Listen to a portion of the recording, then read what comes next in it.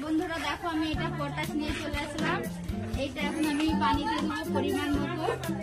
এদিকে দেখেন বন্ধুরা দিয়ে দিলাম। এবার কালারটা আস্তে আস্তে অন্যরকম হয়ে যাবে। এদিকে দিয়ে দিলাম আমি। আর এদিকে আমি আমার একটা পায়রা নিয়ে চলে আসছি। যেহেতু পায়রার গায়ে পোকা থাকে ওই পায়রাটাকে আমি আস্তে আস্তে গোসল করে দেবো।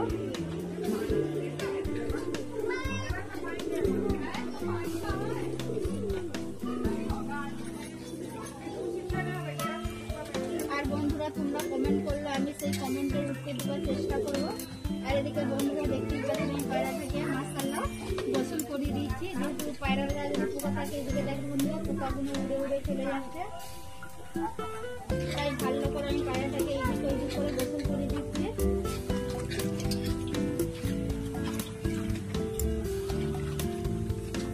এখন গোসল করা আমি আবার একটা পায়রা নিয়ে চলে আসলাম। এদিকে এইটা হচ্ছে আমার আউল পায়রা। এটার গায়ে অনেক পোকা হয়ে গেছে, তাই এটাকে আমি গোসল করাবো। চলে যেহেতু আমি এখানে পটাশ দিয়েই দিয়েছি, এটা এখন আমি গোসল করাচ্ছি। দেখতেই পাচ্ছেন ভালো করে গোসল করে দেবো পায়রাটা।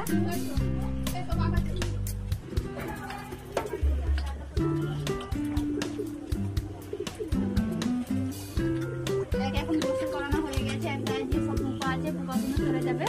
এবার আমাদের ফাইনালি আমাদের এটা পুষ্পাকে আজকে গোসল করাবো। চলো দেখো এই যে বন্ধুরা, এই যে পোকা, এই যে পোকা দেখতেই পাচ্ছ বন্ধুরা, এই যে পোকা, এই পোকাগুলো আস্তে আস্তে মরে যাবে।